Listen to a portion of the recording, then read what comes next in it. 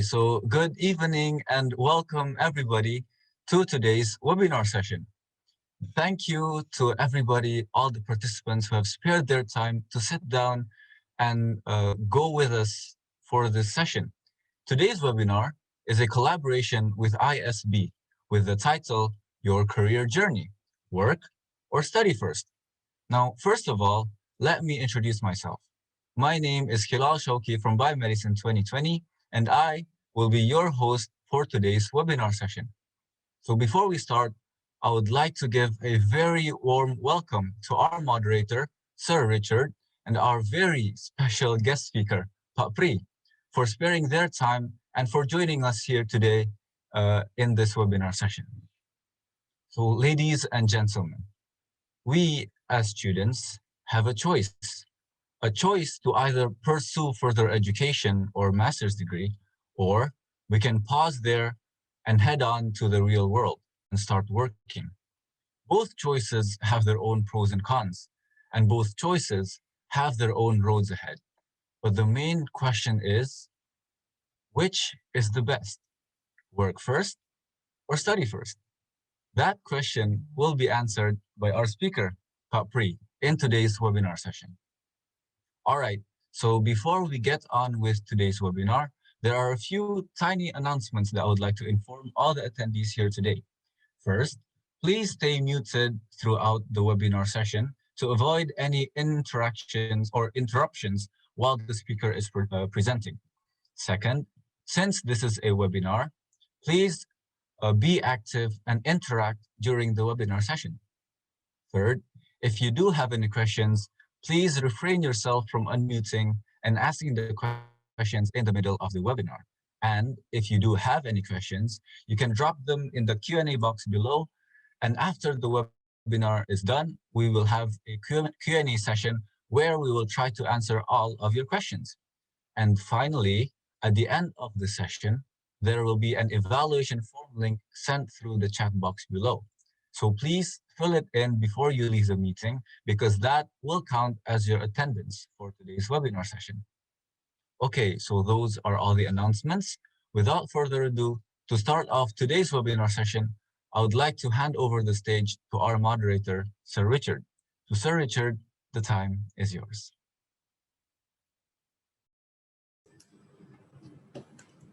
Yeah, okay, thank you, Hilal, for the very warm introduction. Yeah, and I would like to say good afternoon to Pri, to the committee that makes this webinar works, and then to all the participants. Yeah, so before we start, the title of this online webinar will be Your Career Journey, Graduate School or Work, right? Yeah, so before that, I would like to introduce Master of Biomanagement, as one of the options which is on the graduate school. Yeah, so may I share the screen?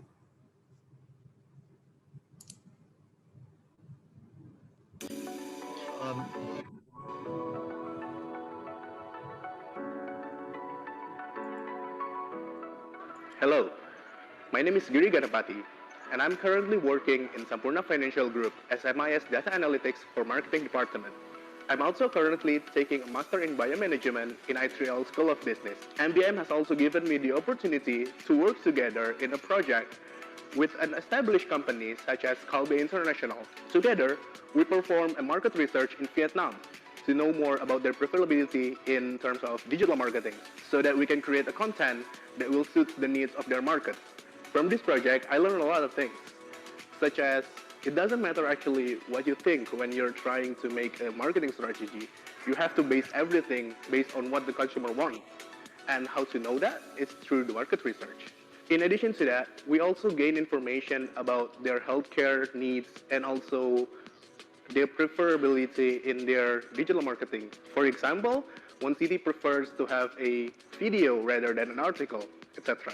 I think it's very beneficial to have this internship because you get to experience everything hands-on instead of just by some professor telling you in the class.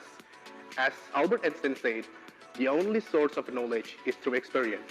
My name is Giri Gadapati, and I'm a student on Master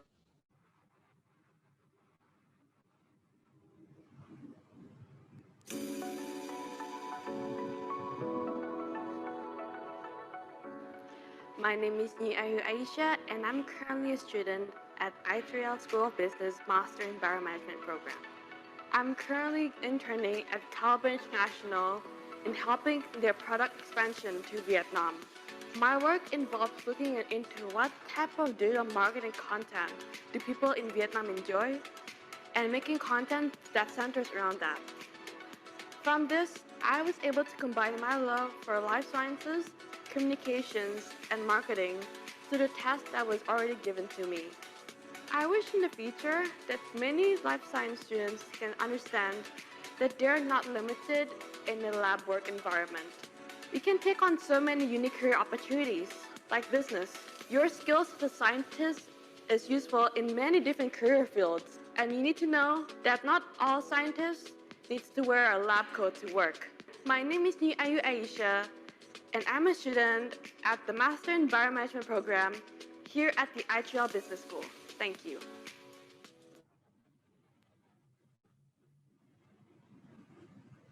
Yeah, okay, so those are the two videos of the students who are currently partaking in the Master of Biomanagement. Yeah, so this is still in line with our talk today. So let me have a brief introduction about the Master of Biomanagement. So maybe can you let me share the screen?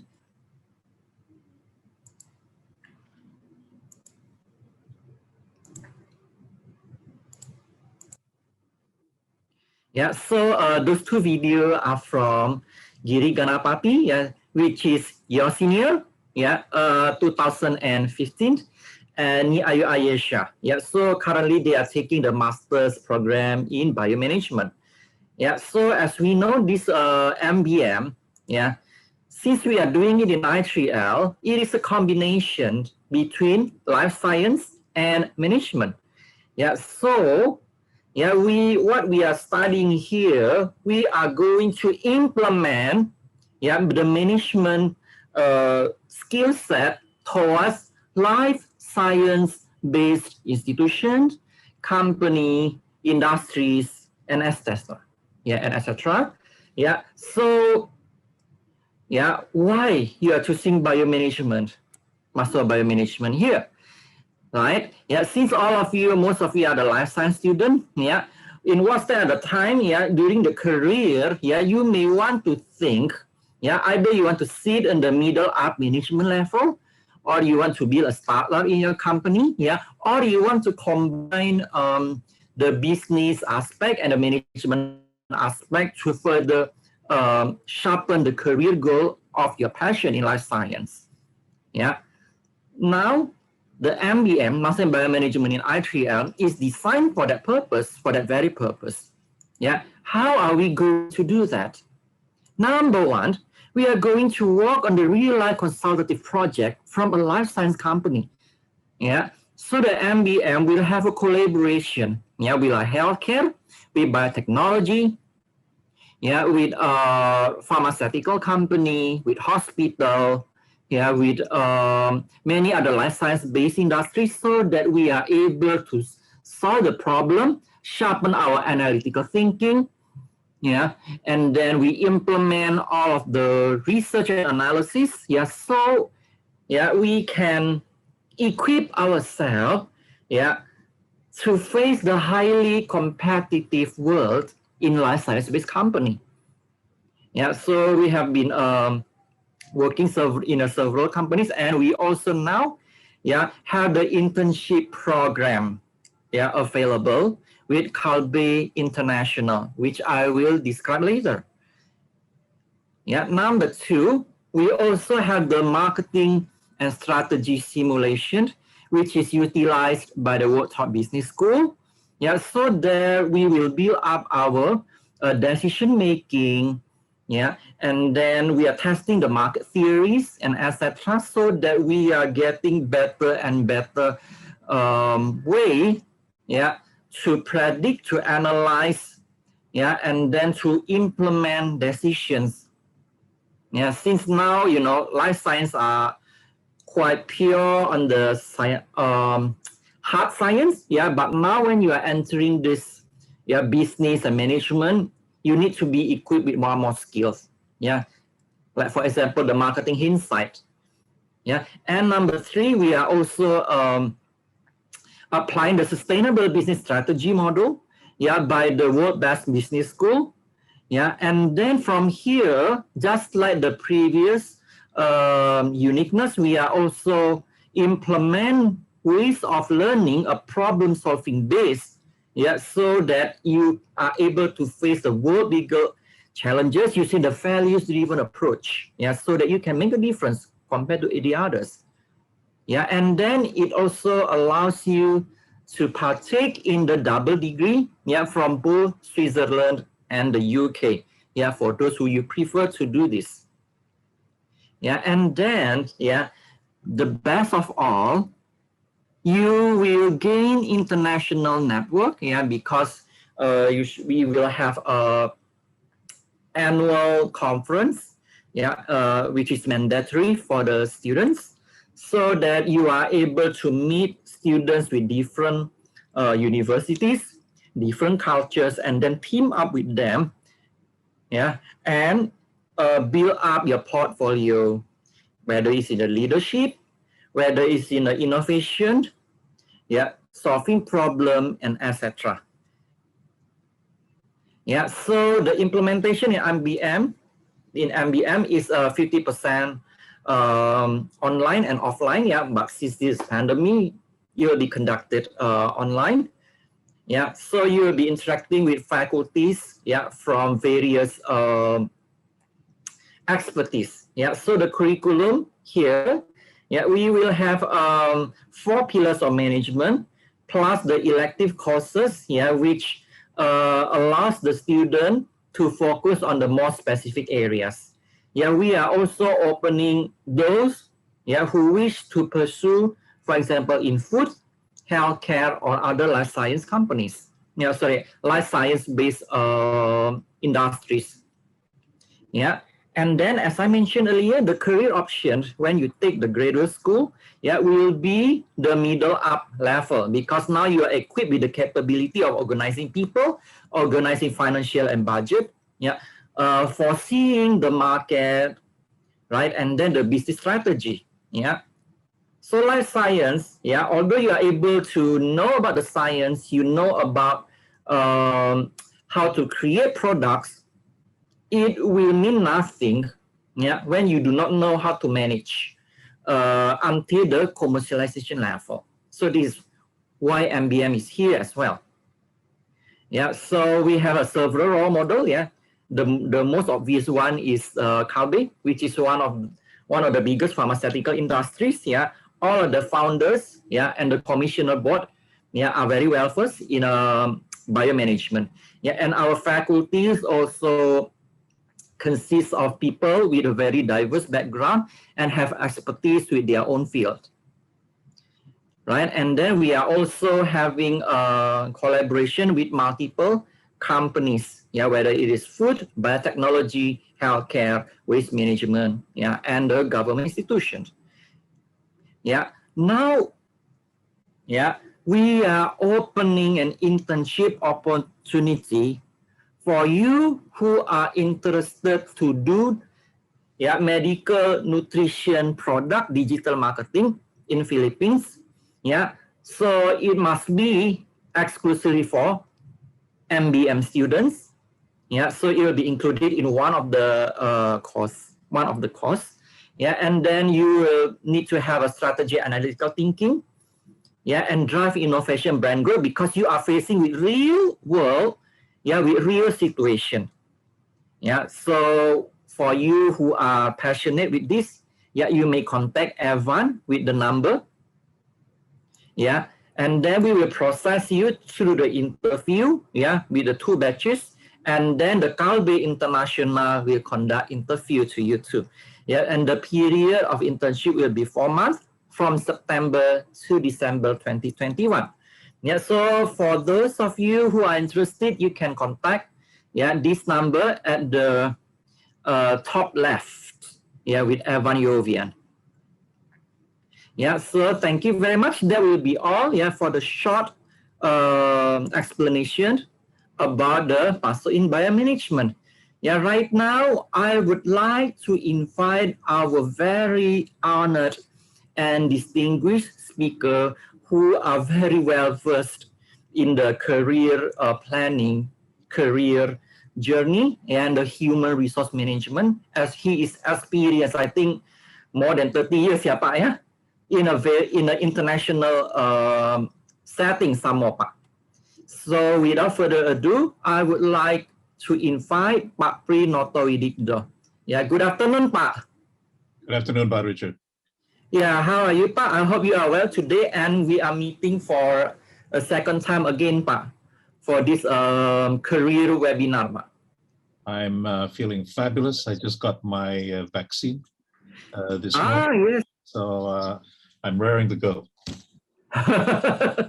My mom also got her vaccine just now, Pak. Oh, very. Yeah, hopefully, she will be all right, Pak. Okay, Pak. So right now we are discussing about the career journey, Pak. Actually, this also has been the very, if it is not intimidating, it is clinging on the heads of those, especially those who wants to graduate, Pak. Should I work first? What are the advantages and disadvantages? Or should I study first? So there are many different versions of this. There are many different considerations, Pak. Maybe will you be able to enlighten us, Pak? Well, I hope so. And I think at the end of the day, especially if you're going to graduate school or going on to work, you know, it's not about the answers, but it's about the questions, because the questions lead to the answers. Exactly. So, shall I continue? Yes, Pak, please. Oh, okay, thank you. First of all, I'd like to also thank Kilal, the young man who gave the introduction. Very energetic, very enthusiastic, and I think a humble person. I'd also like to just make a comments on, because I had a chance to listen to not only Giri Ganapati and Nyi Ayu Ayesha, but also Febriana Bolong. Those are three students currently at the management school at I3L, as well as the fact that they're also interns. But I think what I wanted to point out, because a lot of it is also about how you feel, you know, and where you are in your life. But what stood out for me were probably 6 or 7 things. You know, one is the attitude. You know, I really like that positive attitude. In fact, if I had the opportunities, as another hat that I'm wearing is as a headhunter, I would definitely approach those 3, you know, and offer them opportunities with my clients. The other thing is enthusiasm. They're so enthusiastic. I think one of the most important thing is curiosity. And you don't have to be a scientist only to be curious, but to be curious about the world, to be curious about the life around you, to be curious about what is it now? Problems. And of course, you know, that leads to courageous. You know, you've got to be courageous. Global mindset for sure. You know, I'm excited by listening to Pat Richard's presentation about the overseas opportunities. You know, as it happens, I was fortunate enough to have lived in 30 years overseas, going to school as well as working 12 years overseas, you know, before my mother told me to come home one day. And fortunately, my core values were still strong, so I obeyed my mother and I went home. The customer oriented, I think that's important. And I think one of the most important thing is wanting to make a difference. Wanting to make a difference, not only in your own life, but also in the community around you. You know, so you can give back to the community what the community has given back to you. So anyway, I think on those notes, on those words, I think I will let's start the webinar, okay? And maybe if we can go to the next slide, please. Carlivo, maybe you can assist. Yes.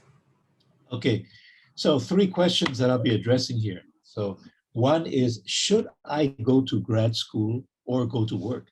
And apparently this is not, I mean, after I finished preparing this presentation this morning, I read an article in Harvard Business Review, and they were addressing that same question.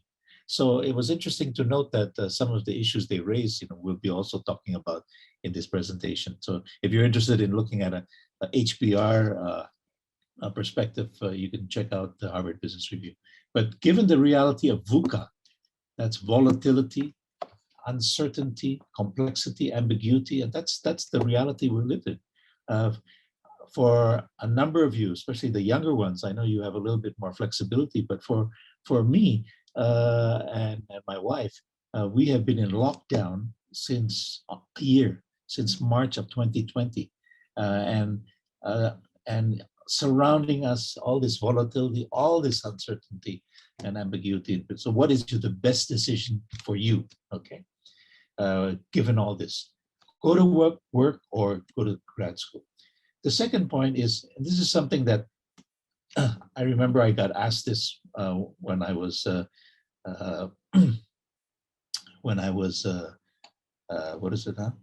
applying for a job many years ago. One of my first jobs, actually with Price Waterhouse, and they asked the question they asked me is, "Hey Pri, what is your UVP?" And I sort of looked at him, looked at this regional MD of Price Waterhouse at that time, and I said, "UVP," and he looked at me, and then he smiled. He said, "Unique value proposition," and I still didn't know what he was talking about. Then he proceeded to explain, "What do you stand for? What do you stand for?" Yeah. Like for example, if I look at Pat Richard, what does Pat Richard stand for? I think he stands for contribution. He wants to contribute to society. That's one of the unique value proposition, because you can have more than one. But what do you think you can contribute to life? What do you think you can contribute to your family? Because it's not only about cari nafkah and looking for income, but what can you contribute in terms of the values you want to teach your children, to your family, and then what is my unique UVP to my field of study? Oh, sorry, what I can contribute to my field of study? What can I contribute to society? And at the end of the day, really, it's about, can I make a difference? Because at the end of the day, the more, I found over the last 40 years of working, that the more I give, the more I feel satisfied, I feel happy. And that's one of the areas where I can make a difference, where you share your knowledge. The third question I'll be addressing is, how do you envisage a meaningful life? And apa yang berarti dalam hidup? And because it's not about just money. Money is short term. I found in corporate life, after about 2 or 3 months, you give somebody a raise, lots of bonus, they're happy, but then after that, they start getting bored again unless they have some new challenges. So it's got to be more than that. It's got to be bigger than you. It's got to be sustainable. Okay, next. Okay, we've been talking a lot here, it seems. So I'm going to shift this to you now. And I have one question here. What is the most critical challenge for you in the new normal? And here are five questions. So 1, getting my head around how you are perceived and changing your mindset accordingly. Because with the new normal, you have to change the way you think, the way you change, the way you feel. The second is, how do you cope effectively with anxiety? And what is the effect on this on your physical and mental health? And this is very critical, because now in corporate life, they're creating what we call wellness programs. I understand I3L also has that kind of program. And because this new reality, how do you deal with it? And it's not just young people, but older people as well. The third alternative for you to choose is managing your career and personal transformation change. Is that a critical challenge for you? I suppose it must be. That's why you're taking you're attending this webinar. And then the fourth is, having the drive and determination to embrace a resilient and purpose-driven life. You know, sometimes if you don't have that purpose, that goal at the end of, if you're not, every time you fall, you don't stand up, then you know, you have to develop that drive and determination. And then when Kilal in the beginning was talking about, he asked the question to all of you, are you ready for the exam? I'm not quite ready, but it doesn't matter, because I can see with Kilal, you've got the drive, and determination, and you'll find a way to manage that. And then the last question, the last alternative to choose is identifying my enduring value.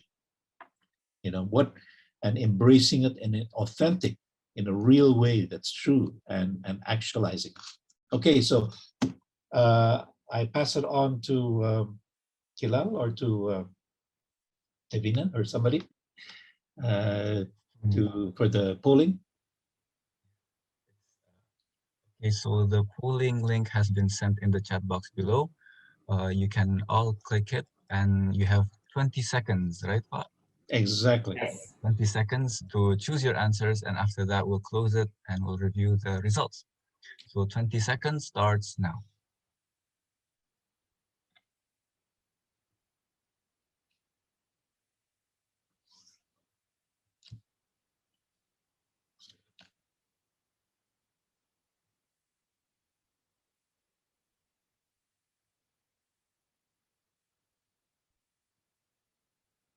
Okay, I think that has been 20 seconds. Yep. I think. All right, so we'll now close the polling and we'll review the results.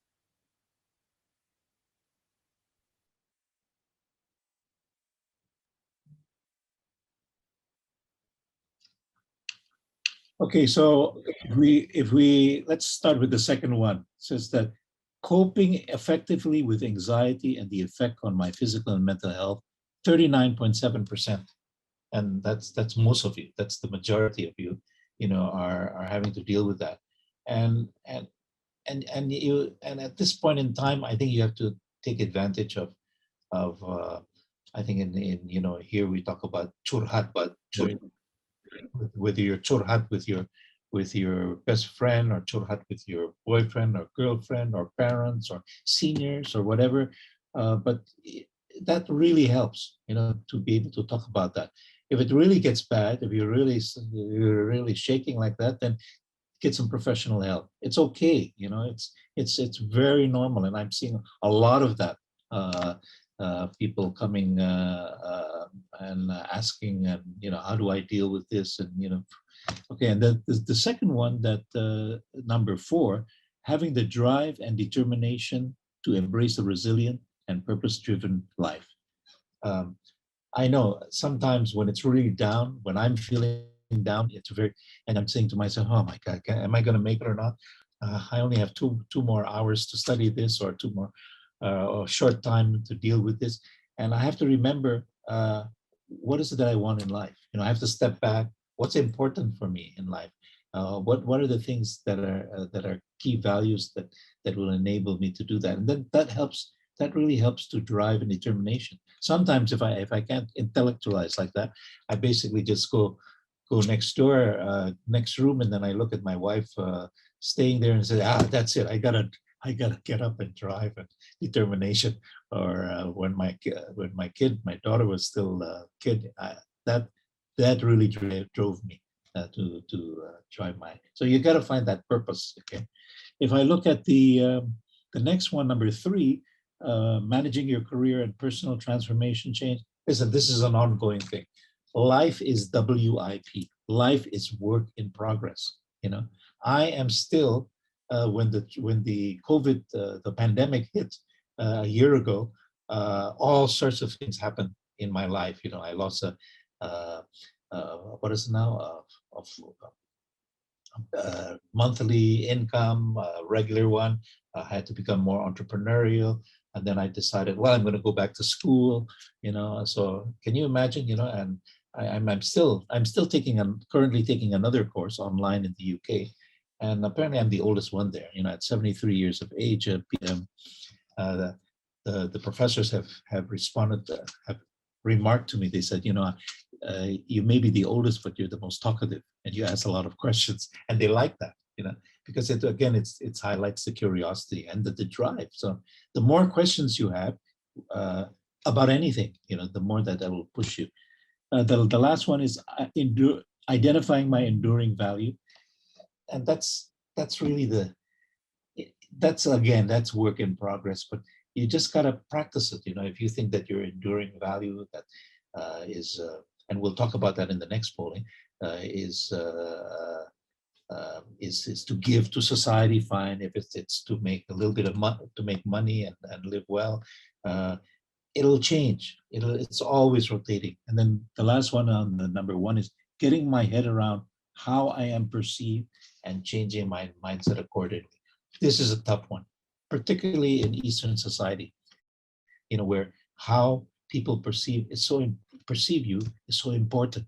And I see even till the ages of their 50s, I still meet and interview senior managers, who are very ego-driven or very gangsy, and I said, listen, just step back and look in the mirror, and then ask yourself, look at the man in the mirror, as Michael Jackson would say, and ask yourself, what is it that I really want? Now, again, it doesn't come.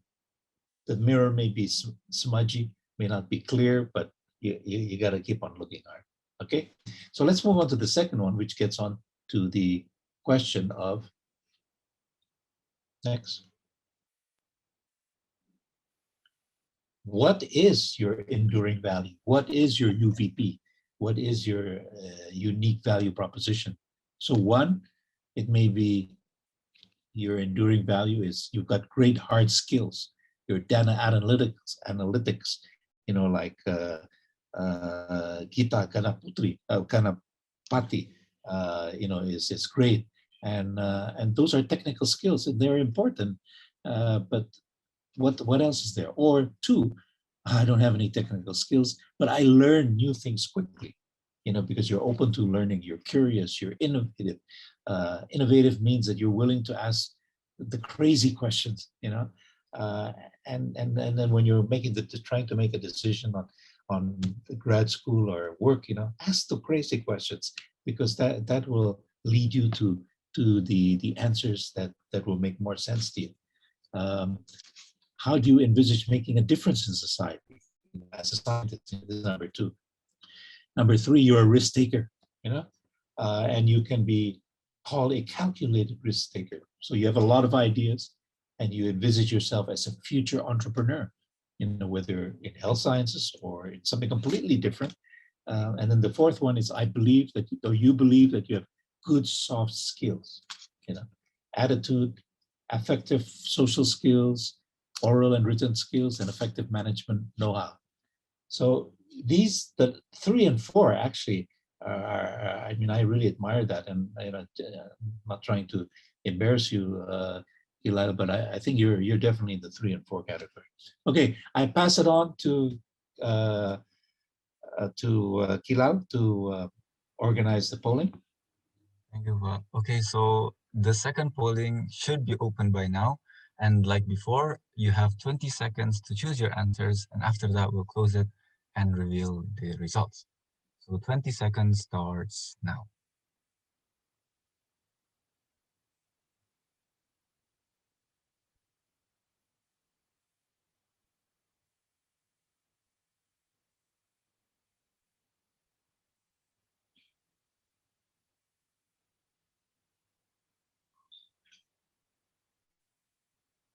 Okay, so I think that has been 20 seconds.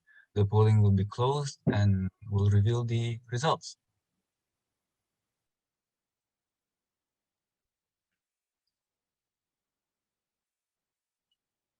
Wow, I love this. 50% of you have chosen number 2. You learn new things quickly. That's great. That means, I don't know if you studied history in your school, you remember when you were studying the Renaissance age, this is Leonardo da Vinci and all those great guys.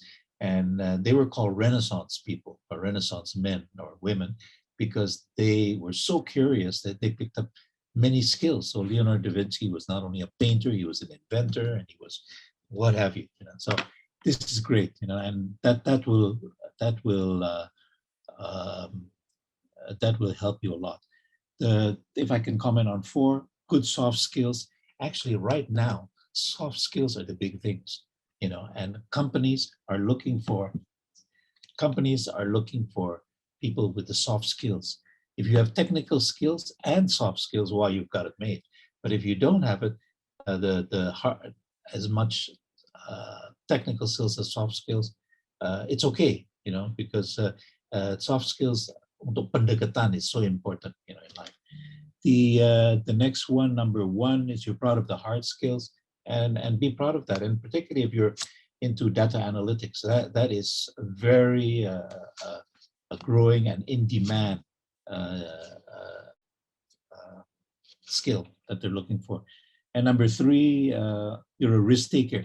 Well, it's okay. I mean, I did not become an entrepreneur until I reached the age of 50. Can you imagine? I was working in corporate life for I don't know how many years, but I guess 30 years before I decided at the age of 50 that I wanted to leave and set up my own business. So again, and I went to that stage because as life unfolds for you, you learn new things, and then you become more understanding of what life is about. Okay, next, Hilal. Of course, this is the $1 million question. Are you at this moment? Are you inclined to select grad school or work? Okay, and when you answer one of these answers, just think of it like this. Don't go into too much analysis paralysis on this. Just 1, are you going to grad school because you want to increase your knowledge, make a difference, or 2, you will go to grad school to leverage your chances of getting a competitive salary in the workforce, because like it or not, companies still look at the master's degree with giving you a bigger salary than if you just have a bachelor's degree. 3, I will go to grad school for an MBA to complement my field of study in health sciences and contribute as a professional manager, like the 3 seniors, Giri and Febriana and me, Ayu. Or 5, I am in limbo. I really don't know what to do now. And I'm thinking of taking a year off to travel, to see the world and get new life experiences. I'm not going to try to influence this, but I'll let you answer now. So, Hilal, I pass it on to you. Okay, so the third polling should be open by now. And like before, you guys have 20 seconds to answer them. 20 seconds starts now.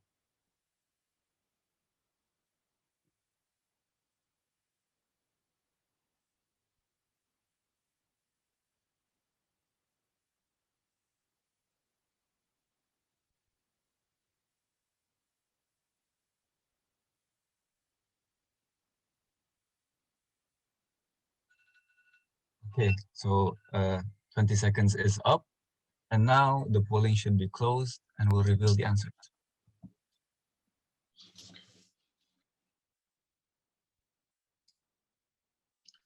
Okay, the number 4 is interesting because, at the end of the day, it's really also about, it's a financial situation as well. You're going to work a few years after graduation to get some work experience, but you also to earn some money to live and save for grad school later.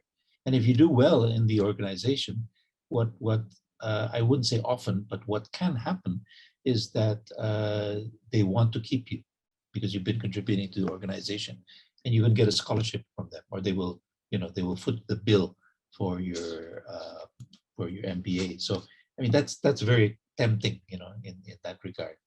The number 1, the second, I want to go because I want to increase my knowledge. Okay, this group sounds like they're future scientists or future academic professionals. Number two, you want to leverage your chances. Yeah, that's. I can see that you'll probably be good business people. Those people who are going here because you're thinking of it's also about the bottom line. And number three, to complement my field of studies and contribute. Okay, that's an interesting one. Only 3.4. And number five, you're still in a limbo. It's okay. It's okay. But let me just tell you that I don't know how many young people I've talked to who took a year off and then they went back to school, and some of them even went on to become professors, or they became very successful CEOs, businessmen. But it really, if you haven't traveled much, being exposed to different cultures or just getting new experience is really an eye opener. At the same time, I'm not trying to sell the MBM program in I3L, but if you can get an internship there, or you can work there and get projects in Vietnam or Philippines or whatever. I mean, that's also another way of getting that experience. Okay, next. Next slide, please. Okay, this is just this is how I'm dividing it. Why are you making this decision? What, looking at the pros and cons, how, reinventing yourself, because in a sense, after you graduate, you have to reinvent yourself. And the tips for moving forward, I put here 2 frameworks, the GROW quadrant and the life strategy map, for you to apply to yourself and ask some of those questions. And of course, here are some of the takeaways. Okay, next, Gilad.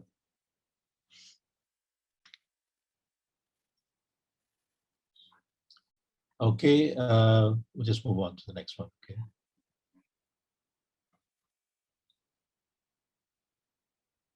Okay, this is the Crossroads Model. Okay, and what is that? That's you. Yeah, and there may be more than 4 options for you. Where am I going to go? Well, grad school, work, travel. Maybe the 4th one is, become a musician or whatever.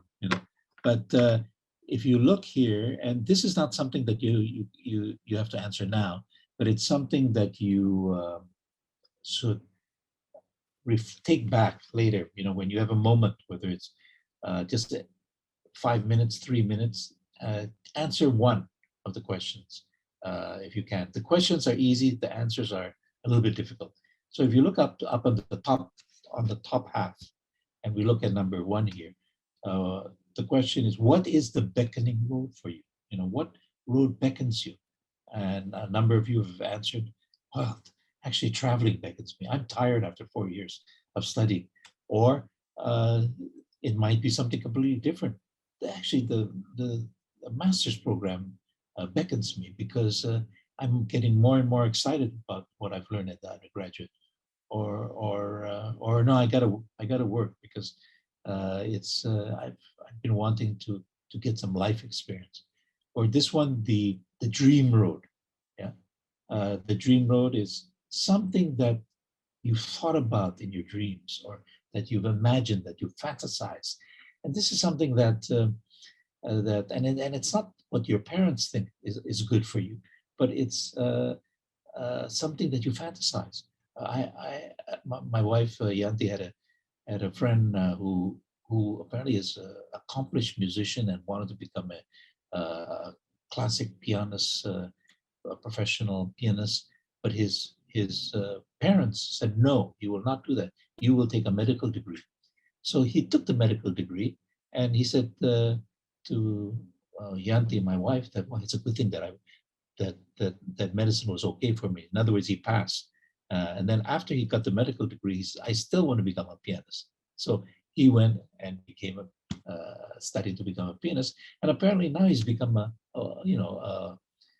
accomplished pianist. And the parents love him as well, continue to love him. The 3 is the sensible road. You know, the sensible road might be, well, I think the sensible road is, since my parents have been paying for my education here, I think I'll continue with, because they want me to do a master's degree.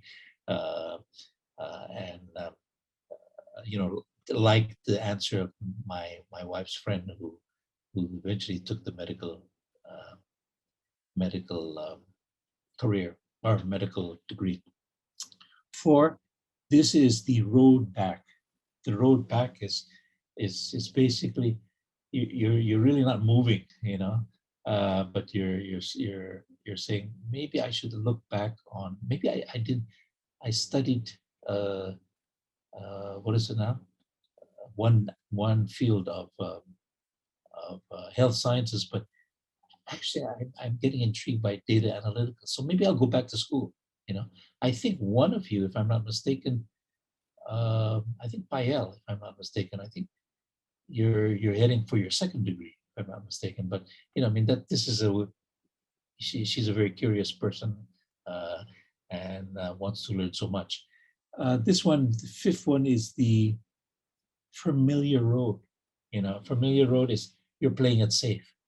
Well, maybe I'll take the degree, but maybe I'll work part-time, do some side hustles, do some gigs at the same time, because I want to make some money as well. Or 6 here, the road not traveled. And this can be not just travel, not just, it could be work because you've never traveled, you've never gone, or it could be, you know, you want to go overseas and see what's happening in other parts of the world. And it's really eye-opening, you know, to do that. I mean, I think of my own experience, but I had no choice. I had to go with my parents. I did my elementary and secondary school in junior high school in the United States, in Washington. And then my parents said, hey, we're going to India. And I said, what? India? You know, and it was a complete difference. I went from a private school that was a very encouraged discussion to a public school there that was, and I've never been caned so much in my life. I'm not saying that, you know, my professors were all Indian professors or teachers are like that, but it's just that I didn't understand, and there it's the carrot or the stick, you know. So you know, those are. But then at the end, you know, after 4 years finishing my high school there, then I went to Canada to university and work there, and it really broadened. You know, it's not just a saying that they say it will broaden, your experience will broaden your life. Now, as you're answering these questions, and you're having difficulty or it's ease, these are some of the questions you consider. You know, what is hindering you from making a particular decision? You know, think back. Is it money? You don't have the finances? Is it you're not sure? It's 6 o'clock. Or what? The second one is, what is really important for you? You know, and this is where you get into your, what is your unique value proposition? You know, what are the values that that you embrace in life? Because at the end of the day, it's values drive your behavior. And where do you come from? It means, you know, not whether you come from Jogja or Solo or whatever, but where do you come from in terms of what kind of values have you been brought up in your family? What's your background? And they really have an impact on what determines your decision, or what determines your parents' sometimes decision to influence you. 4th one, which people are really important to you? And this also determines, you know, and obviously our parents are important to us, and if they've funded our journey, you know, we have to also respect them, you know, and see and try to balance. What are you afraid of? A lot of times it's as simple as, I'm afraid of the uncertainty. I'm afraid of not knowing what will happen, and will I pass? Will I pass? You know, graduate school? Am I smart enough, or will I have the determination, the drive, and so forth? Okay, next.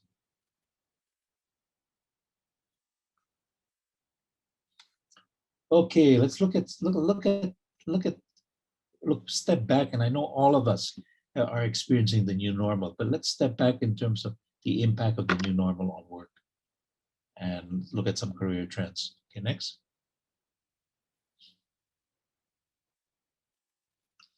I think this is what you're doing now. You're spending all the time writing notes and look blackboards and maybe study sessions and so forth, and then you're saying, well, if I study, I'll be doing that again. And you got to say, can I, do I still have the energy to do that, or do I have um, the wherewithal, or do I have the initiative to keep on doing that? Okay, next. As I mentioned, the journey is never ending. There's always going to be growth, improvement, adversity. Always going to. Life is, how do you deal with adversity? But every time you fall on your face or you fall on the ground and you can get up, you become stronger. You just got to take it all in and do what's right. Continue to grow, continue to live in the moment. So this is work in progress. Just remember that. Next. This is what you're probably, this artist has envisioned how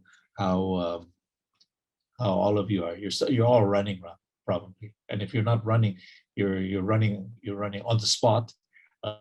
You're crossing the bridge, and this is your graduation cap, and it's your graduating will lead you to the next stage of the life, whether it's another cap or not. Next. I don't know. I'm just assuming here that there are a number of you, maybe, who are already have your own families, who are married and so forth. But if you're not, that's fine. But if you suddenly in the middle you decide to get married, you've got to remember, how do you balance your family life and your studies? If you decide to take on the graduate studies, I know that friends of mine, Indonesian friends of mine, who I was at Price Waterhouse at this time, and one of my friends, he had 3 children, okay, and he had already worked for 5 years, but he felt that he needed to get a master's, so he took a year off, and he was able to generate the money because he had was renting his house. So he said, okay, we'll go there, and then the money we get from the house rental, we will be used to sponsor his master's degree in Boston. And then after about a year, there was a 2-year master's. I said, he picked up the phone and talked to me, and I said, so how is it? You come and see me. And so I visited him in Boston. I was in Ottawa, Canada at that time. And after dinner, I said, his name was Kemal. I said, Kemal, I really don't know how you do this. You can balance 3 children and your wife and your studies. And if I look at the books that you have, and you're starting to lose hair and getting gray around the temples. So how do you do it? I said, determination, courage. And I keep on thinking, what will I get at the end of this? And at the end of it, when he graduated, he did get a promotion back at Price Waterhouse. So that was good for him.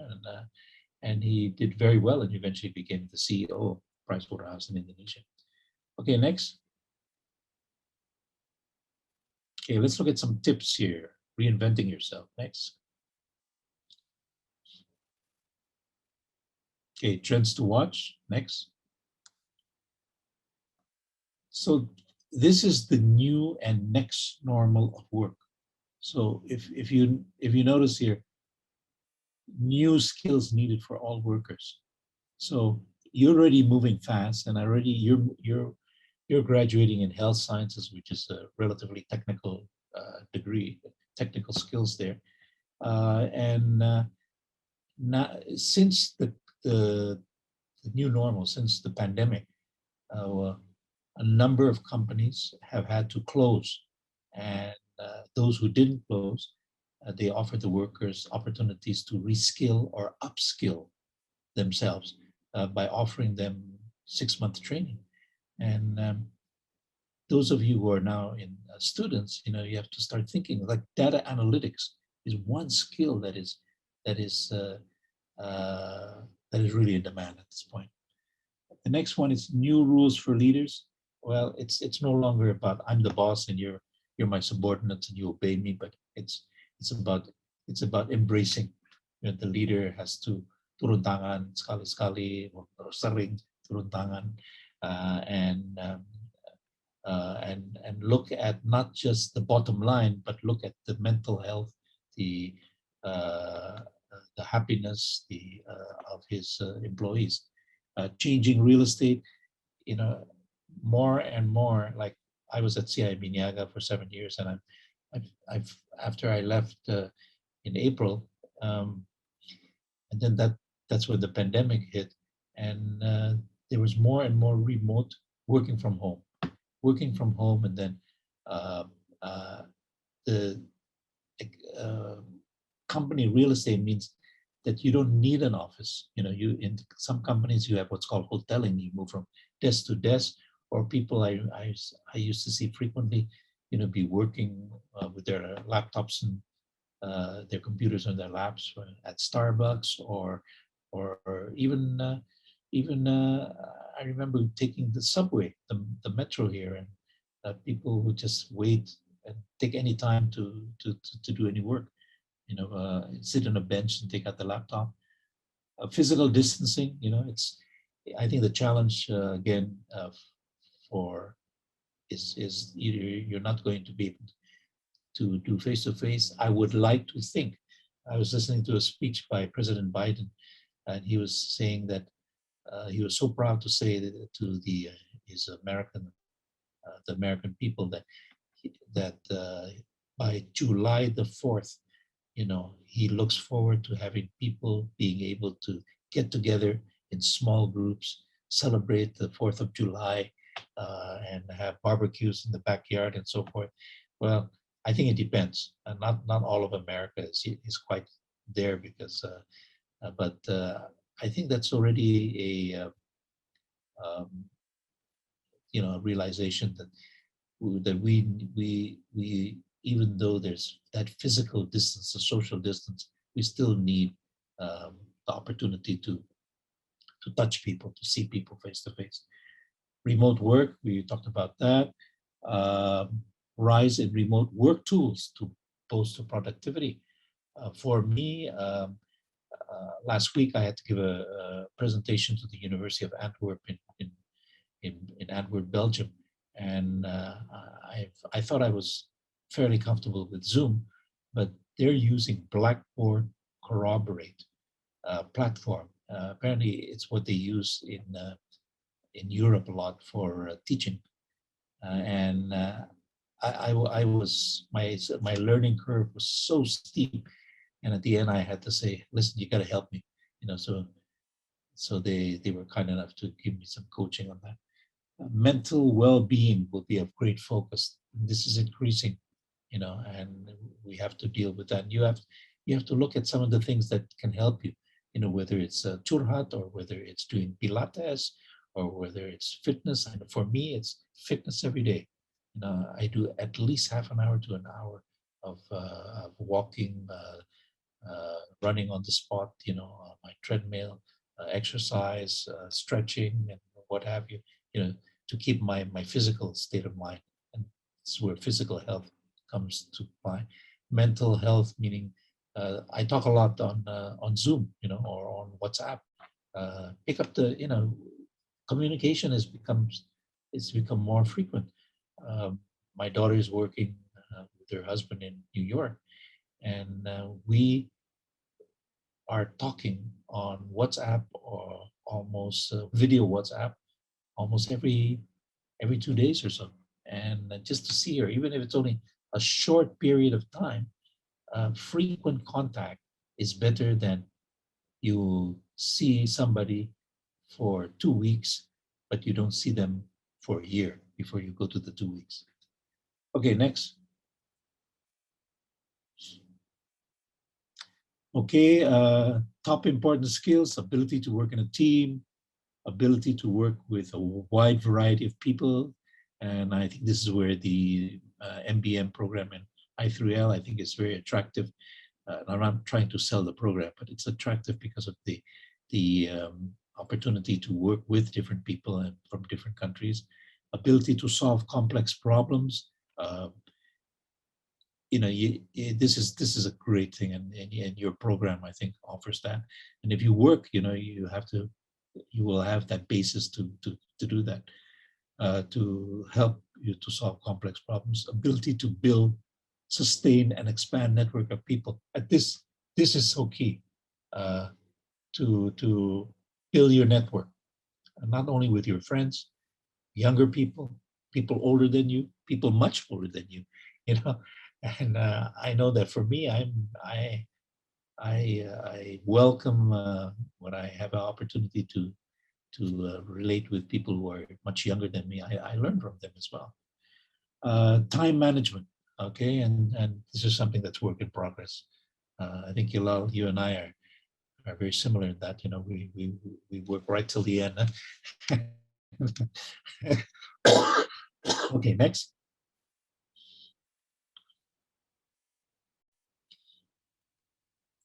There's about 10 things that will help you to embrace this, but I'm only focusing on 3 here that I've highlighted. Learning, keep on learning, whether you're going to school or whether you're working, keep on learning. The nice thing about work is also the big companies in particular, they focus a lot on training. So you also can learn a lot from work. At CIMB Niaga, even though I was on a board level, but they had training for board level people, which was great. Human experience, it means meet people, go out, even if they're not in your same division or your same interests, but you learn a lot. And leadership, this is learning how to manage yourself, really, self-leadership. If you learn how to manage yourself, and you're still work in progress, it'll help you much better to manage other people. Next. We talked about unique value proposition. We talked about values, and these are 5 values that I think are important. Purpose and meaning. Harus cari hidup yang berarti, and anything you do has to be berarti. Whether it's learning, whether it's working, whether it's having a relationship with somebody, it harus berarti. It's all about sustainability, ethos, and fairness. You got to be able to look at yourself in the mirror, man in the mirror, and say, "Hey, I like you. Yeah, you're okay. I think you better improve this or that." Growth and passion. Life is very short. I got to tell you this.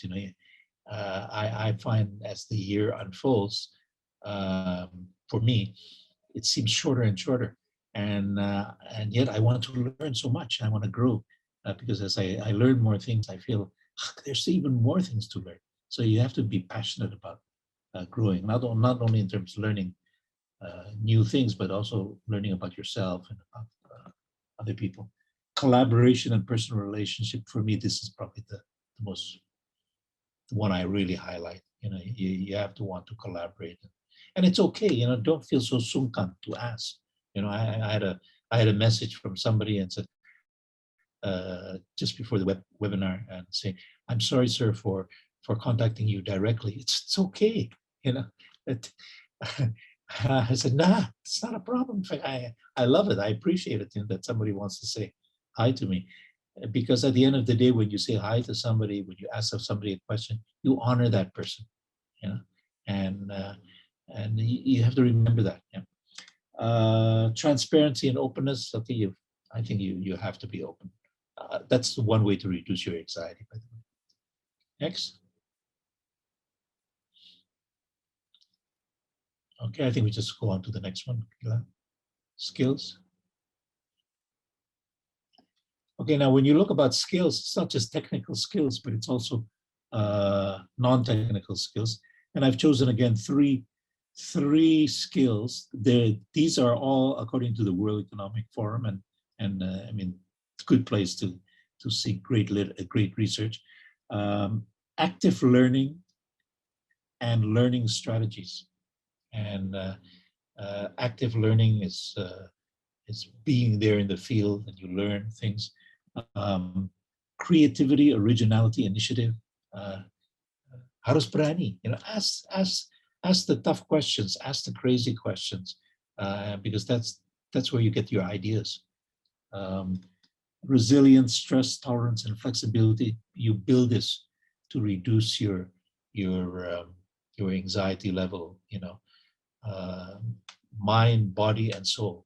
Mind, you read a lot, you learn a lot, you talk a lot, you watch a lot. The body, you walk, and if you hate the exercise and malas and so forth, you force yourself to walk. I miss walking at Ragunan Zoo, because they don't allow me anymore to go there because I'm over 60, and I'm saying to myself, I miss the animals, and I miss the whole environment there, and the soul, because for me that gave me ketenangan, emotional balance, well-being. Okay, next.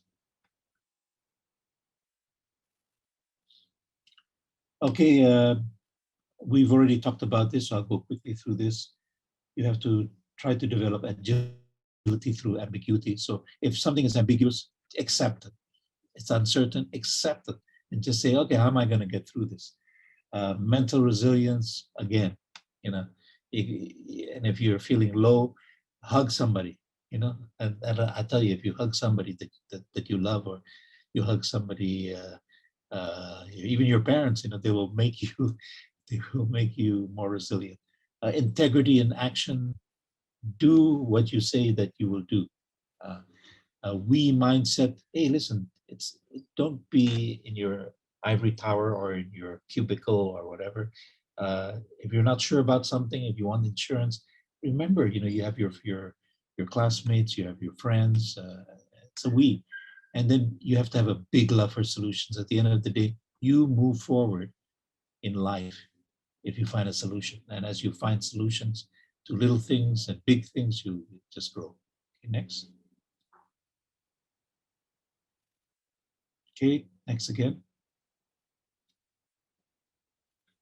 Okay, this is just to underline a few things that have come out. Issues. I'm still single. Don't worry about it. Yeah, I was single till the age of 38. Because nobody wanted me. And eventually, my mother told me to come home and said, "Hey, listen, you better come home. You're irresponsible. You're still bujangan." And then she took me to an orang pintor in Central Java in Solo and asked for her blessings. And then 1 week. One month later, I meet my wife, and 1 month later again, I asked her to marry me, and we're on. So don't worry about this. I have no work experience. Okay, that's an issue. I am uncertain about my field of study. That's an issue. My financial situation is limited. It's okay, to accept this. That's the reality. Because once you deal and accept these things, then you can find the solution. Okay, next. Okay, I have little life experience. I need to work. Okay, when you say you need to work, often it's because I need to make some money. I love learning, yeah, and that's great. I want to leverage my qualifications. Yeah? Either go for your master's. That's another way to leverage. Next. At the end of the day, the question: should I go to grad school or shall I work? It really starts with examining your personal circumstances and goals. Yeah. That's really where it starts. And if you're not sure, if you don't feel ready, don't rush. Talk it out. Talk it out with your seniors. Talk it out with your friends. Talk it out with your professors. Talk it out with your career counselors. I understand in I3L you have those, but don't rush it if you don't feel ready. Yeah. Next. Okay, these are just some categories for you to, your attitude. I'm just going to focus on two things: your attitude and your career. You start with these two things first. Next.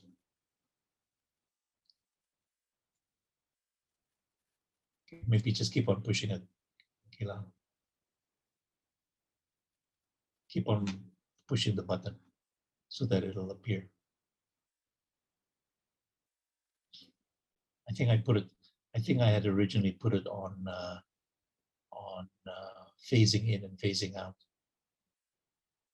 What if you press next?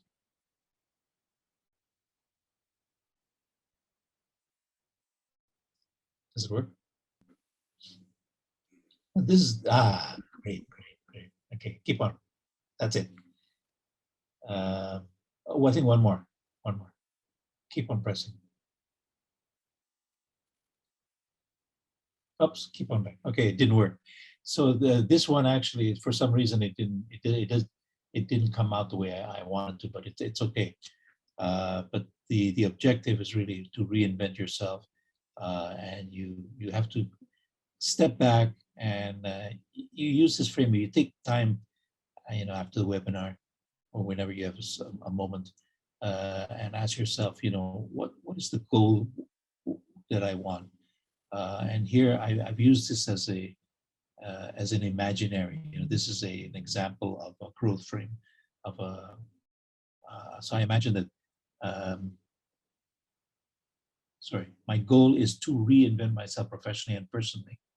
So in a way that is meaningful and sustainable, emotionally, creatively, and financially.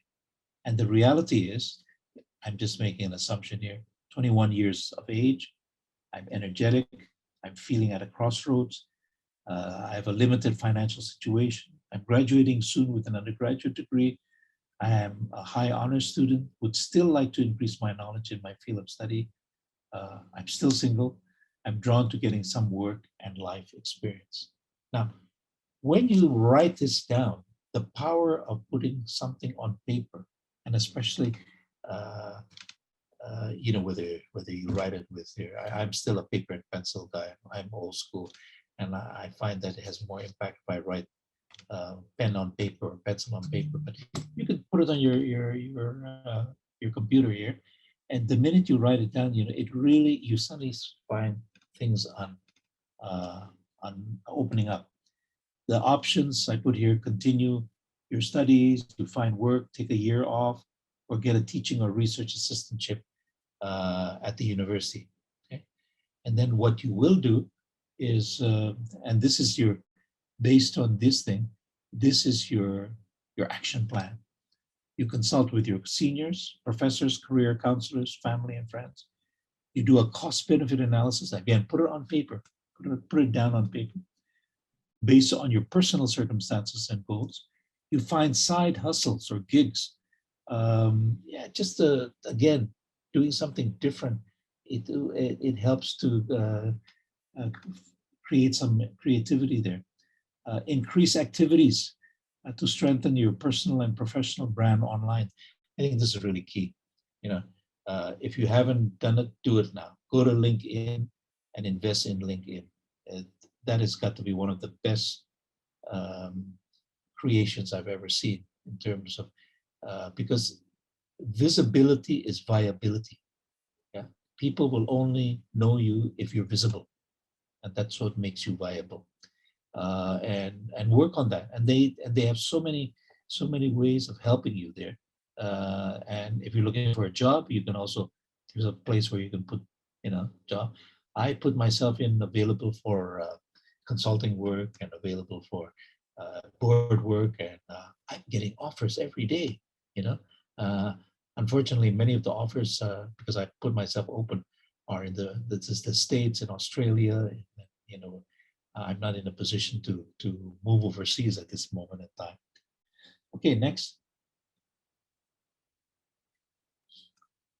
This is an example of a life strategy map, and you may want to either agree with, this guy Ming Tan. He wants a healthy body. That's important for him. He wants an engaged mind. He wants life navigations.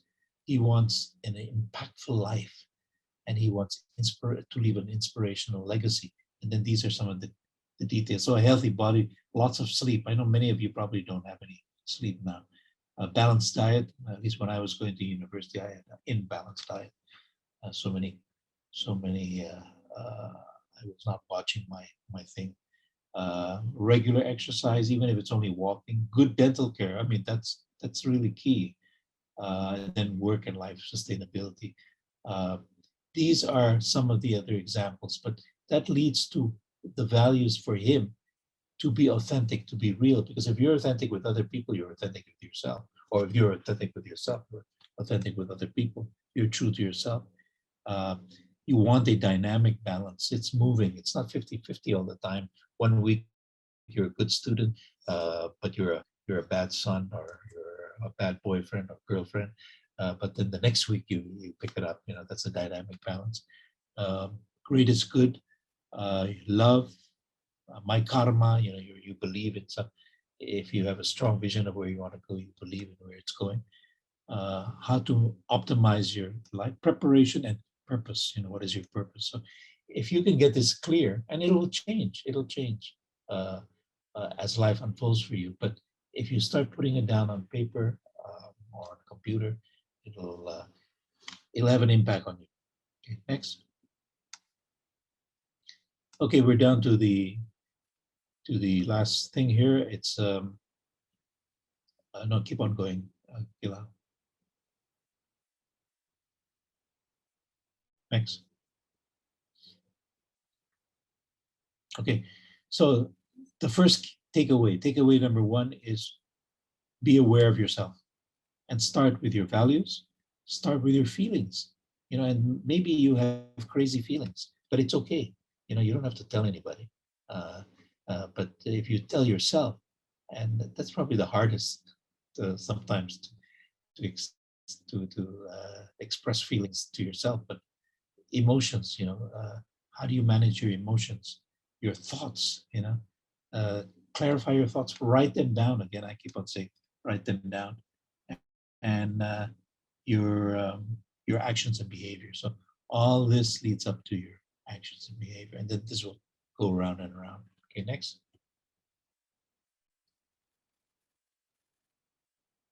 We all talk about make a difference, and this gentleman, Nelson Mandela, the South African who was I think it was 20 years he was in prison, and he came out and really led the way to anti-apartheid in South Africa.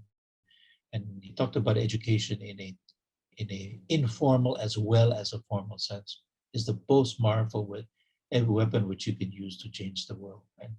And when you change the world, you make a difference to the world as well as to yourself. Next. I talked about earlier about networking, the importance of that. And don't just limit yourself to Indonesia or to Jakarta. Go all over. And then with this social media, you can do that. I mean, only the last year I started to get active in LinkedIn and Instagram, and I was amazed. I had people from all over the world contact me, and that led to opportunities, for me to do some consulting or some work overseas. So this is not only that, but I even met people who not necessarily work related, but hey, they're good people. I can learn a lot from them, and it's vital to cultivate friendships with people older and younger than you, because the younger friends steep you in optimism and possibility, while the older friends will ground you in wisdom. So you need the perspective of both. Next. I know you've been taught to be logical, and because when you're logical, you say, success will be like this. But success can be up and down and all around, and eventually lead there. But it's the journey. The journey is what's important. Okay, next. Even though I talked about networking, solitude can also fuel your growth. So take time for yourself. Walk. When I was in Canada, I used to love walking in the forest. That's why I took this picture, because I found it was so peaceful, and I came up with so many ideas when I was walking through that. So if I had problems when I was studying, I and I had problems with an essay, I would walk here and then I'd come back and I would just whip out the essay very quickly. Or if I had problems at work again, I would walk here and then find inspiration, with the sounds of the forest as well as just the silence and being alone. Next. I know we often get excited with conditional happiness. We're happy at a certain situation, but remember that it's only conditional, and you try to find joy in the journey. And if it eludes you, you reassess your mission. If it eludes you, remember the road from here as a baby all the way to here. I mean, I'd like to think I'm not going to be bunko like this, but I'd like to think that to be the case. You have to keep on reassessing and find joy in those moments. Next. And I end off with a quote from Rabindranath Tagore. I didn't when I was in India, I was influenced by his writings, and he says here, the highest education is that which does not merely give us information, but makes our life in harmony with all existence. So education, whether it's formal, whether it's informal, it's what you learn, your knowledge, your skills, your relationships, the impact of your relationships in particular. That's what makes our life in harmony with our existence. At that moment, next, I end off with Tagore, and I say thank you. Thank you very much for listening to me. I hope I didn't speak too fast. My daughter's always telling me, stop being like me or like the young ones. You're so norapa. But I get so excited. Okay, next, and I pass this on to Richard. Yeah. Okay. So that is a very inspiring talk, Pak. Yeah. Because I can relate so much, even at my current condition. Yeah. Pak, yeah. So hereby I will open the question and answer. Yeah. So you can put in on the Q&A tab on below the Zoom. Yeah, and type in your questions. Yeah, you can ask anything pertaining to career, study, or work. Yeah. So meanwhile we are waiting, I would like to ask, Pak, yeah, because just now you explained, Pak, yeah, we need, yeah, in the new normal and next normal, yeah, we need to do this active learning and learning strategies, but for maybe for a newer generation like Gen Y, Gen X, it could be no problem, but how about the older generation, who may find technologies a little bit daunting or a little bit intimidating, because the world changed so fast, so it may affect their career development. But even like 40 to 50-year-old person like myself also need to still to pursue the career, but we are intimidated by the younger generation. But what do you think about that, or is it just the mindset? It's a mindset, Richard. When I was in CIMB Niaga, they were so digitalized, and I said, and I was intimidated, and I got reprimanded by my president commissioner, who said, "Pri, you stop spending so much time at the ATM machines and also at the tellers, and get into embrace mobile banking, embrace the digital lounge, and so forth." And then I said, well, to be honest with you, I'm so intimidated by that. So he was kind enough, and he gave me an understudy, so a young person to basically take care of me, and then so we exchanged. So that person taught me about what is it now, about technology, and also by by showing, hey, you do it. So that person said, this is how you do it. So I didn't read from a text or anything like that. Did it, and then that person also was able to ask me questions, about life and so forth. So it was good. So it was like a buddy system, And buddy system, I see. when I was at KPMG, we employed that buddy system. That is a very good strategy, Pak. So I mean, like, so we can share the strength, Pak, and cover each other weakness. I think. Exactly. And then we interesting. become motivated. So it became so motivated so that when I was, they also had a digital learning. What is it now? Digital. So you could learn about the bank. You could learn about risk management. You could learn about all those concepts by they created this system where you learn on the go. That's what they call it, LOG. And it was not only meant for the younger ones, which was 65-70% millennials, but also the older ones like me. And then before you go to the next step, you have to pass each level. So I would get a little thing says, Pak Pri, you haven't gone beyond, you haven't progressed for the last 8 days, step up on it. And I said, what? But it also encouraged, if you didn't understand what you saw there, encourage dialogue with other people. Yes. Communication, Pak. So buddy system, digital system that's humanistic in dalam tanda kutip. I think that'll work. And right now I'm going to be 74 in a couple of months, and I'm just finishing as of tomorrow my online course on psychometric evaluation. Wow. And I have never read so much in my life. I think the last time I read so much was 50 years ago. So this was a challenge for me, but I passed the exam so far. So I'm very happy. Wow, amazing.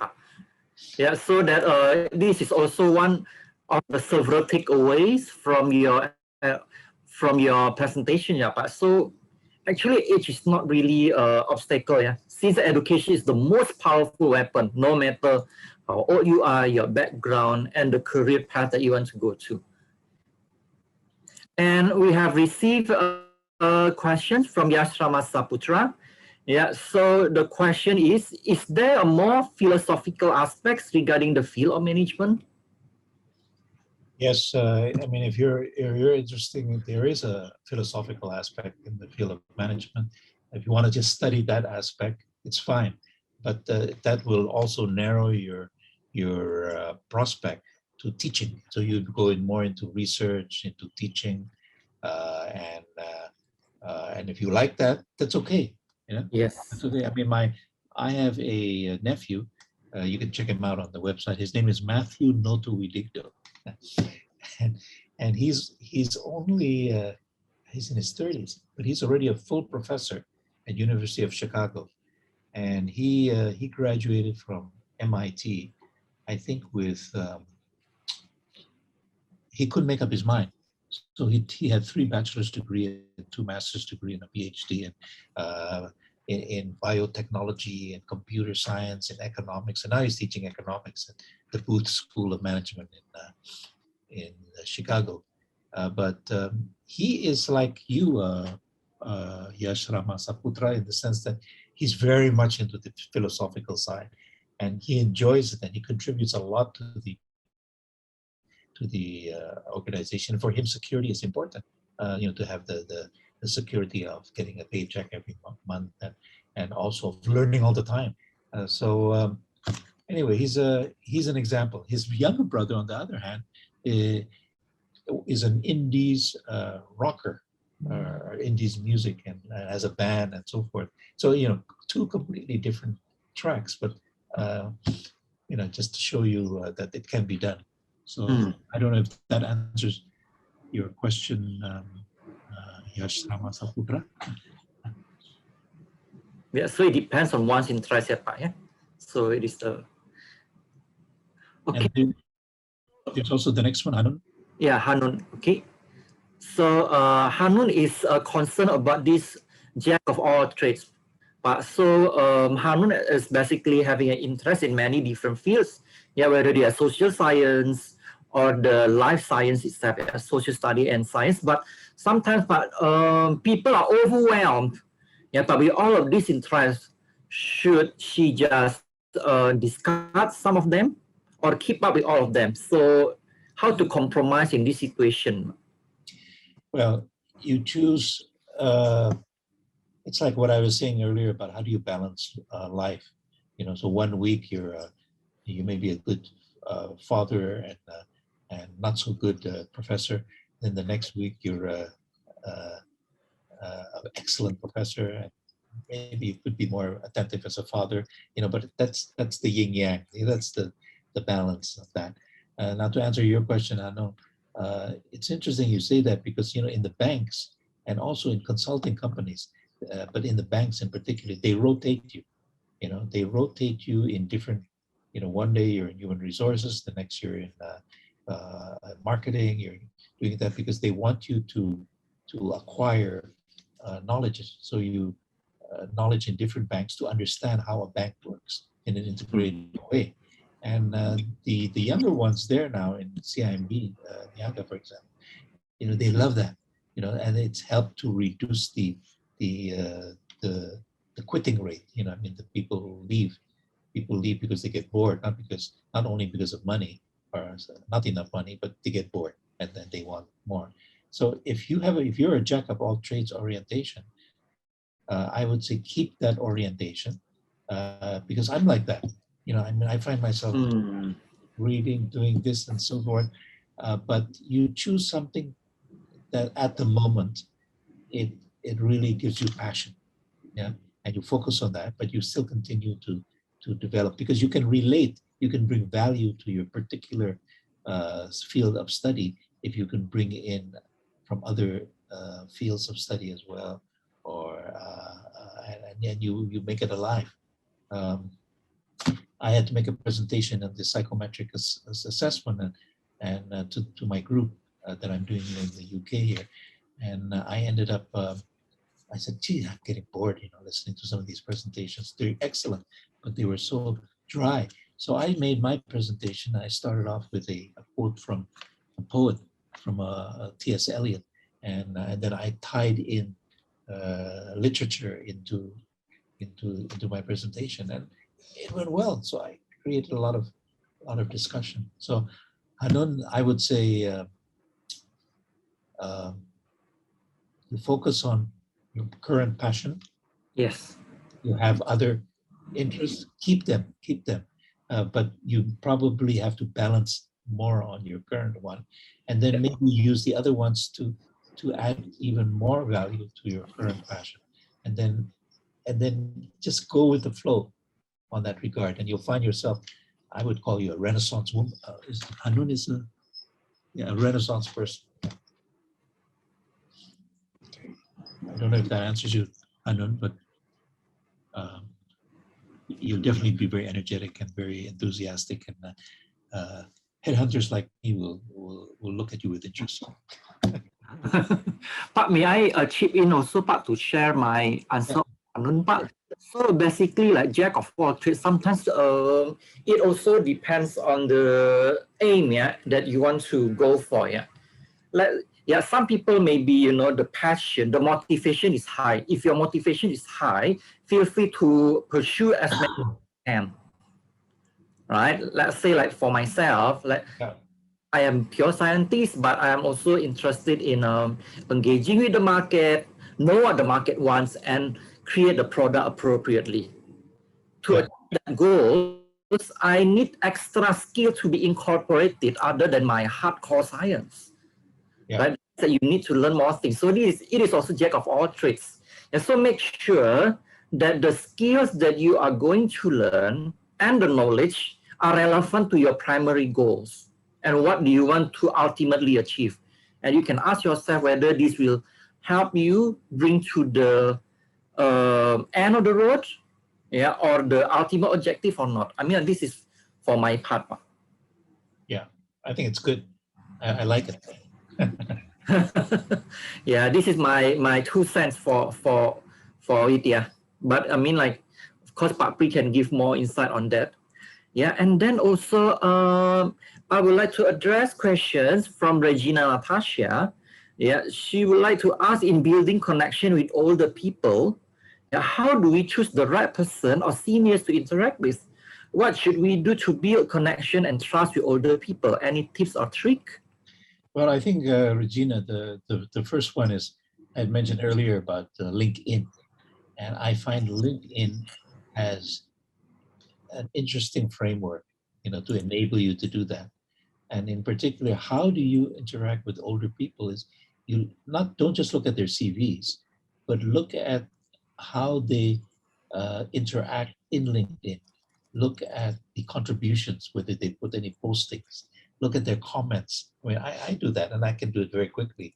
And then I say, hey, this person is interested. And then you write to them and you say, I like your comment about an article that was written by Richard Sutejo, and then you give a comment, or you ask a question, and then you'll find that if there is, and there usually is, if a person is like that, a dialogue, then you'll end up developing an interesting relationship and a network that will be quite not only sustainable, but that both of you will learn as well.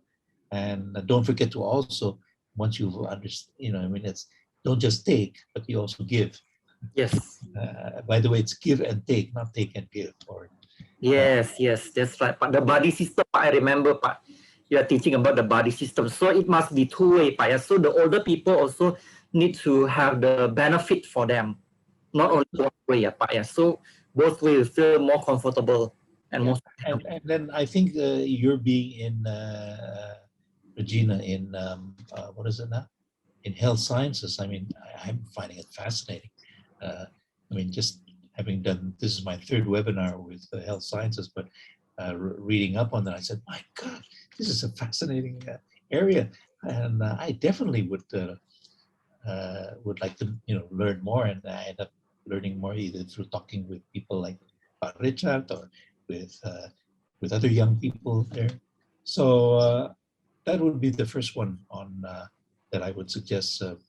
Try the LinkedIn. I mean, LinkedIn is, I think, the most comprehensive and the best way to understand more about people and so forth. And it's quick too, and then if you have any sharing of a project that you've done, post it in LinkedIn, and don't be afraid. I mean, you say, well, I'm only a fourth year student, but listen, don't worry about that. Peter Drucker, who's regarded as the father of management, and he's written, I think, over 100 odd books as well as articles up to the age of 92, 93. He only graduated with a bachelor's in math, but he became a management expert, guru, because he was an observant. Buckminster Fuller, that's another person who also has minimal, I think not only I don't know if he even has an undergraduate degree, but his ideas, his inventions, the geodesic dome and so on. So, just move forward with courage and you'll be okay. And curiosity. I see Nicholas here. How do you know when you are ready to start up a company? Well, if you have to ask that question now, you're not ready now. But you will know you're ready, when you have this thing, whether, let's say, you have a product that you want to sell, and if you don't have all the complete answers, consult people who do have, either your friends or professional help, to help you in the startup of the company. I mean, look at Gojek. Nadim Makarim. I knew him. I happen to know his parents very well, so I knew him when he was growing up and he was still in high school. And he said that he came up with the idea of setting up Gojek when he was at Harvard Business School, and his classmate was Anthony Tan, who started up Grad. And then they were both just talking about it, and they started with only just Gojek, just driving people in the motorcycles. And then now look at it, you have Gojek, you have Go Glam, you have Go Send, Go Food, and so forth. And I think they recently acquired Bank Jago. So they're really expanding on that. So if you have a startup idea, try it out. Try it out with people. There are actually quite a number of business angels, as they call it, who are willing to help you find money, financing for that. But you start up with an idea, and if your idea is compelling, yeah, in other words, compelling in the sense of I have a product to sell, or I have a service, or I have a product or service, and it excites you, and it excites other people you talk to, then you're ready to start up the company. Okay, next. Pak Pri, since I think we have only a slot for one more question, so I leave it to you then. Oh, wait. Yeah, by reading the questions, I think the most interesting one is from the Vanessa Olivia. Yeah, so she's asking, as part of the younger generation, sometimes it could be confusing regarding the correct path to take. So any advice how to be more confident on our decisions, especially when our surroundings have different opinions towards our decisions? Okay. Listen, even at my age, when I was in the board, I was also hesitant sometimes. Hey, is my decision right or not? The correct path to take.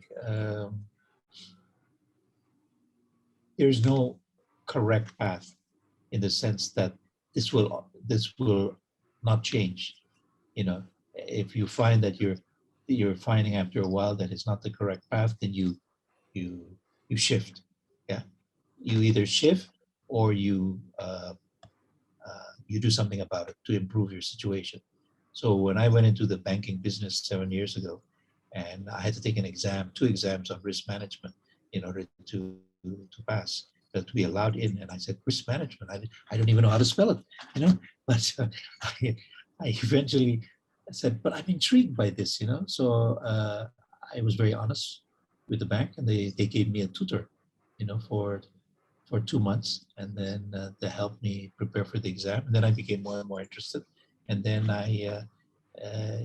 you become more enlightened in doing that. And then when you say your surroundings have diverse opinions towards your decision, I'm just going to assume that's perhaps your parents, or it's perhaps your friends. Remember that your question is, do you go back to what are your goals and personal circumstances? What's important to you? What matters for you in life? And that will determine. And if people are questioning you and so forth, don't worry about it. The more people question, usually reflects the more that people sometimes wish that they could do that. Or and so you're a path maker rather than a path follower. Exactly. So I would think, and especially now, things also tend to be disruptive. People tend to think out of the box. Exactly. Right. Rather than following all of the old, more established way, people are not very disruptive, the younger generation. So I think we should break through the barrier. This is my opinion. Yeah. You said that we only have one question, and there's a lot of questions. Yes, unfortunately. And then there's one from Payel. I'd like to. What is it now? Sure, Pa. No, but maybe one more, yeah. One more. May I suggest that for the others, what we did last time was that if they could give to Kial, perhaps, or to Mas Ivan, they could give to Mas Ivan the questions and send it to me, and I will, like last time, I will answer the questions written, for them. Okay, so may I answer Payel's question? Yes, Pa. Please go ahead, Pa. Payel, hi, how are you? You have a question following the Jacob. Recently, I read how instead of all-rounders, recruiters and universities tend to prefer angulars, those who focus on certain things rather than many. how do you think that this is true, or does the professional academic world have the jack of all trades, master of none, is a disadvantage in the working world to present an all-rounder? I think this relates, Payal, to what was asked earlier by, hang on, there was a question, I can't find it, but anyway, it was about, your question is generals or specialists. Now, I agree with you. I'm not saying that people want specialists, but if you want to leverage over a period of time, you should also develop your generalist orientation in the sense of you have other interests that you want to develop, because that will, especially if you're in corporate life, you want to head more into a director position or into a leadership position. You want to have a better understanding, not be too specialist. Otherwise, you become a scientist. When I was at KPMG, we had 2 career routes, and it's still apparently operating like that. And at KPMG, you could either be a specialist, and in that case, the specialist might be in finance, or you could take the partner route where you become a specialist, but you also develop other areas, because in order to become a partner, you have to be able to get business, and in order to get business, you have to be able to understand company offers, whether it's in finance and marketing or whatever. And but then you can also become a specialist in that regard. So the client will appreciate you more, because then you're able to examine the problems of the client or of the situation in a broader perspective, and you understand what they're going through. So you can, if you cannot advise them directly, you can at least direct them, or you can manage to help them, direct them to the specialists who can do it. But you develop a better, more comprehensive understanding of the situation. So to answer your question, in short, jack of all trades or specialist. Specialists try to develop a specialty or a passion for a particular thing, but also increase your knowledge in other areas so that it can bring value to your area of specialty. Payal, I'm not sure if that answers your question. If it doesn't, you add to the written questions, and I will definitely address that. Richard, I think. Okay. Yeah, thank you very much, Pak Pri. Yeah, so looks like this is a very interesting discussion, because the questions keep coming, as Pak Pri has mentioned before. Yeah, for the unanswered question, yeah, it will be, you can address the question directly to Pak Pri, and Pak Pri will answer you in written. Yeah, so in the end, yeah, the classical questions of work and study is always evolving around. Yeah, but in the end, what determines you is your skill set, yeah, your learning experience, your innovation, and etc. that you can gain both during your academic study and work. Yeah, now the next question is your mindset and how to manage your time. Yeah, based on all of the discussion here. Yeah, and then make sure that you tailor all of these towards your goal. Yeah, so the easiest example that I can see, yeah, is Giri Ganapati. Yeah, so from the video that you saw just now, yeah, he is the student of biomedicine, like what has been asked. Yeah, jack of all trades, which direction that you need to go, and whether they need to receive inputs or maybe facing the diverse opinion or all the others. Yeah, but what Giri does, yeah, Giri took further studies, yeah, at MBM, and then at the same time he still work at Sampurna. Yeah, why Giri takes the opportunity to study MBM? Because MBM offered the opportunity for internship. Yeah, so it's over a life experience, as we see from Pak Pri. presentation. Yeah, so the learning, human experience, yeah, and all of this you can gain, yeah, through doing the projects from the big company. So you not only learn a theoretical, but you do in practice. That's what I want to implement in MBM. So Giri may get benefits. And you know, the more skills, that means the more portfolio, the more experience, and in the end, yeah, as everybody wants in the end, better jobs and better salary. Yeah, so the takeaway from this webinar, yeah, manage your time, make sure you increase the level of your knowledge and skill, yeah, through various ways. It does not matter whether it is through work or it is through study. Yeah, so thank you very much, yeah, for everyone who have attended this webinar. I would like to personally thank you for Pak Pri for the tremendous insight to teach, yeah, and to nurture and to advise the younger generation, ourselves, yeah, including me, yeah, so that we are able to pursue the career forward. And I'm also, fighting my own way. I also learn. I also study new experiences and etc. Yeah, I will take this lesson to my heart as well. Yeah, thank you very much, Pak Bri. Yeah, now. Richard, thank you very much. Your kind words.